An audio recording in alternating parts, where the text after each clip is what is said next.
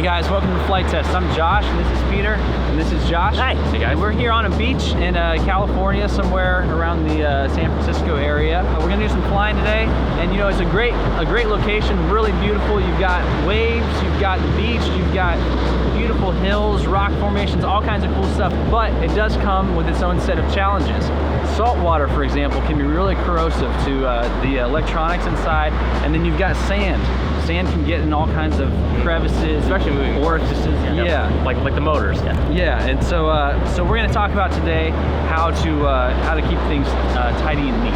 First thing we got to do though is we got to get sand in this plane, right, Peter? Yep, let's get some sand and some water in there. Right. Before you guys do this, we have an episode on waterproofing your airplane, so you guys will definitely want to check that out because everything in that episode has been done to this airplane to keep the salt water out and keep it flying, pretty much. Nice.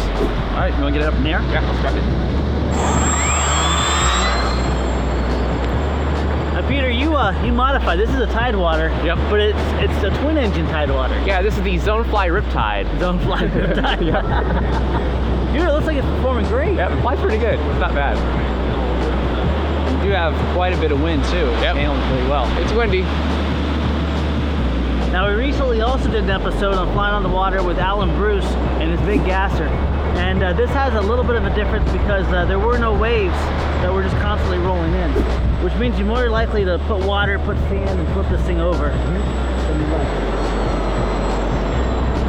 So Peter, how are you going to manage to get water in it without losing it? Yeah, I'm not going swimming because it's extremely cold right now in California. Yeah. So I'm going to do my best I can to do a quick touch and go, get some salt and everything, and then we'll bring it back out and land it on dry land. All right. That looks pretty good. I'm going to land now.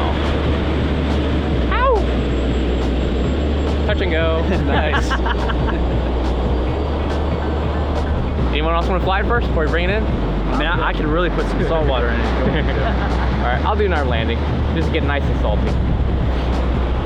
Now, is this something you should do every flight, whether you flip it over or not? Yeah, I recommend doing this after every flight. Because the salt, it's pretty, the air's pretty salty too. I thought you were going to make it. Yeah.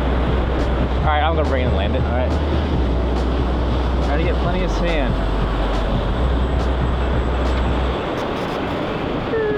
Nice. Alright, so now we got to fix it, right? Alright. So after you're done with the flight, let's say this is a very normal flight, you didn't get any sand in the motors, what you're going to want to do is take some water and then some oil afterwards, like Corrosion X. The best water to use is distilled water because it doesn't have any minerals in it. Okay. But you can use normal drinking water too and get away with that. Rather than that, you just definitely want to oil any bare metal surfaces. And don't use WD-40 because WD-40 is actually hygroscopic. If you put WD-40 on things, it'll actually rust things. So you want to find a real oil. WD-40 stands for water displacement 40. Yep. So it's a displaced water, not protected. Yeah, it's not an oil. So don't confuse WD-40 with an oil because it's not going to work and it's going to rust things actually. Now to reiterate, you guys have already prepped this thing for flying off the water. Yep. Okay, just based off the episode that we did before. Yeah. Okay, cool. So that flight is pretty uneventful. We didn't crash it or anything. But for you guys that do crash or do fly multi-rotors on the beach, sand is another really big factor in this. So I'm going to take some sand and throw it in the motors, and I'll show you what to do to get it out of it and clean it up. Okay. Yeah. If there's anything about sand, it's very bad on anything that moves. I can't believe you're going to do this. Yeah. Oh. Yeah. So don't spin the motors or anything. Shake it out as best as you can. Get most of that sand out. Shake it off. Shake it off. And use the distilled water to clean it out. You want to make sure you get all of the sand out because some of these bearings are not sealed in some of these Chinese motors, but these are fairly sealed up, so it's not too big of a factor. Oh, I heard that. Yeah, it's still grinding. Now, worst case scenario, you can remove the motor and then pop the little pin in the back and actually slide the belt completely out. But this is a lot less time. Also, you don't have to dig into it. You don't have to take it apart. And as much sand as you put in there, I can't believe I don't even hear it. Yeah, grinding it's out now. And after you guys do this too, if you don't have anything like distilled water, the motor's bearings will need to be oiled. So we have Corrosion X on that. So I highly recommend taking your motors apart afterwards and oiling them.